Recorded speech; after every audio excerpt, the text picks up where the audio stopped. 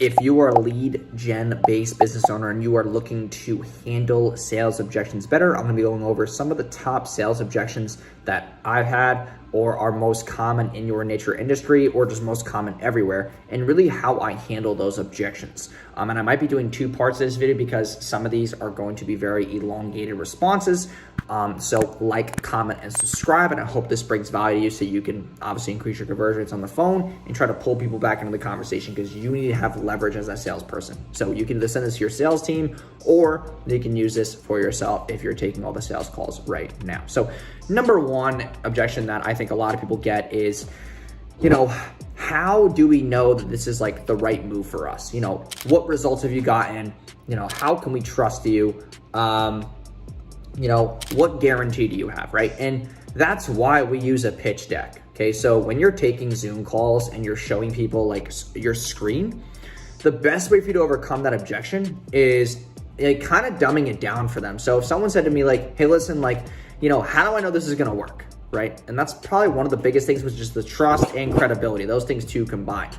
So that's where in your pitch deck, you wanna have something that says like, hey, listen, here are results that we've gotten, and I wanna kind of explain each and see if one of these situations relates to your situation. And most of the time it will, because that's the whole objection handling process, is like, hey, for example, if you're a business owner who's running an e-com store making $2,000-$3,000 a month, one of your case studies, you would start off with like, hey, here's a business owner that was making $2,000-$3,000 a month, and like we helped them do X, Y, and Z, and now they're here within 3 months.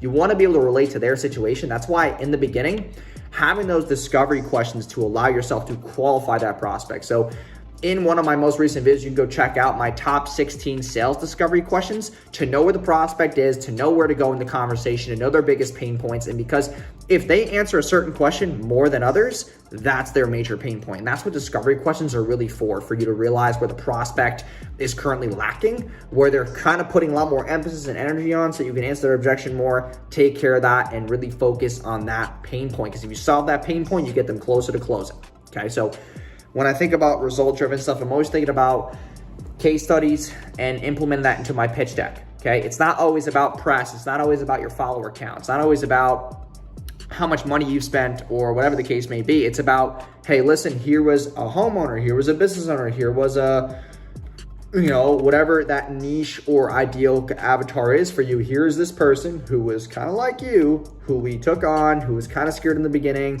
who didn't want to be on video, who what I'm saying? Like, I'm handling all these objections during that sales pitch, because maybe some people don't want to be on video. Maybe some people don't want to, for example, right? If you're a roofing company, right? And the person's like, well, how do we know our insurance is going to approve this? Well, who's your insurance provider? Because here is Deborah, and Deborah uses that insurance too. And we were able to get her insurance to cover her roof for completely free, so she didn't have to pay any premiums. Like, that would be the way that you would handle that sales rejection, is using a prior case study to fit that current avatar, okay? The second one is, I don't have any money, okay? That's another big objection, because people just want to use that to kind of just make you feel like you're charging too much, which, by the way, is then leading into the next thing, which is like, hey, I know that I can find someone else who could do it cheaper. So when they say they have no money, odds are they just have a really big money block. It's not that they have no money, it's that you haven't given them access to actually acquiring the asset or service without giving them an option. So that's where you would then push payment options. Or, hey, listen, I know money's tight, I know things in the economy are going great right now, but hey, could you at least put this amount down right now? Or you find out what kind of liquidity they have in the business, right? So that's where you have to know more about the prospect. That's why those sales discovery questions are gonna work very well for you. So for example, if I'm on a call with a Shopify store, right, and they're making $5,000 a month, the person's also working a 9-to-5 right now to make ends meet, but they don't have the $2 to $3 grand to really put into those first 30 days of our service, I would say to them, hey, listen, least case scenario, how much could you put down today to move forward with us? And I want you to be really, really, serious about this. So give me a ballpark of a number that would make you comfortable moving forward right now.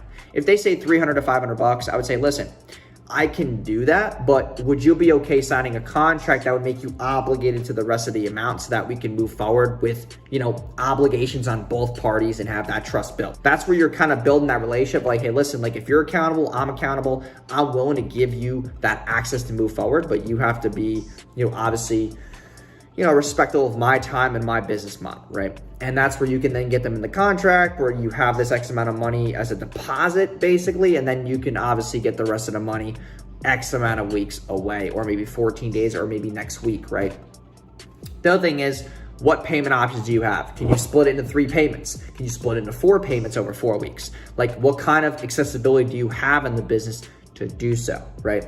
And that's where I start cracking down the numbers for them, because a lot of them are going to be really hesitant because they have a mental block and a money block. So that's where I go into, hey, listen, like, I know this sounds like a lot of money right now, but here's the deal, right? This is just a really good example. I use a lot of analogies when I do sales objection videos. So, hey, listen, you're booking 2 calls a day and you're making $5 grand a month. If I book you 6 calls a day, you're going to make 15 grand a month, correct? Can we both agree on that? Oh, yeah, that makes sense. Okay, well, if you were making 15 grand a month, right, and you were spending 3 grand a month, that's a 5x ROAS. Would you trade 3 grand right now to make 15? Oh yeah, of course I would. Well, if you want to make that happen, then I can get you into the program at this price, or you can take this payment plan, or you can put down this deposit. And you can start seeing leads in as little as 7 days before you even make your second payment. So that's how you can handle that objection, just to get them into the ecosystem so they can trust you, and you can obviously get that front end buyer, right? And then that leads me to the third piece, which is another money thing, which is like, listen, I was working with somebody else, or I know somebody else who does it cheaper. That's another objection. So with that one, I kind of go down the route of like, listen, like, that's the same thing as you saying, hey, I really want a Mercedes, but I'm going to go buy a Toyota. And let's be honest, like, you'd rather be sitting behind a Mercedes than a Toyota, right? Because if you're going to go for the cheaper product, odds are if it's cheaper, it's not as great, okay? Would you rather, go to the store and buy, bruised fruit, or go get fruit that's obviously way more fresher and that you'd be okay eating, that's healthier for you and your family? Like, obviously the answer is going to be that. It's like, no one is going to really get in the way of their own mind telling them like stupid shit. Like, if I said to them, right, too, it's like, okay, would you rather have a brain surgeon do your brain surgery who's done 1 surgery, or one who's done 1,000, right? Like, you're telling me right now that you'd rather die or have a chance of dying than have somebody who's, done X, Y, and Z. Also, like skydive, would you rather have somebody skydive with you who's done 1 tandem, one who's done 1,000? It's like, obviously, if they're fucking not, like, they have a little bit of common sense, they're not going to pick the left option. They're going to go for the right one. So it's like, you have to bring it back down to like really simple things. Whenever I do sales, I always think about, how do I talk to this person like they're a 5-year-old? Like, how do I make them realize that what they're choosing is actually so elementary that an elementary schooler is smarter than them? Because if you make them feel dumb enough, they're going to go to your side, because they don't want to feel that stupid. They're running a business, or they're getting X amount of services, right? They don't want to feel like they're being dumbed down, but you're not telling them that they're dumb.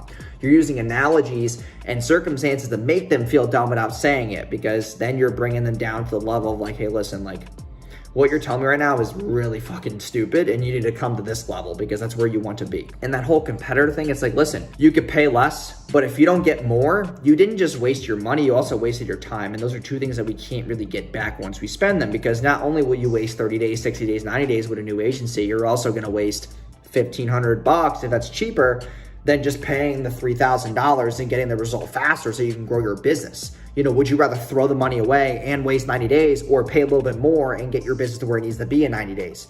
That's the other perspective you have to bring to them, because they know they have the money. You just have to give them the access, the payment plans, or you find a local lender or a business funding lender who you can partner with and do a JV with, who will allow your, clients to get funding so that they can become a part of your ecosystem without actually being financially obligated to you. They could be financially obligated to a bank or a loan or a credit line or a trade line, whatever the case may be, so that realistically you can avoid chargebacks and refunds, because they are getting that other obligation that's obligating them to now you. So now you can kind of reduce chargebacks and refunds by having them obligated to a loan or a bank. So that's the other like really good upside of that.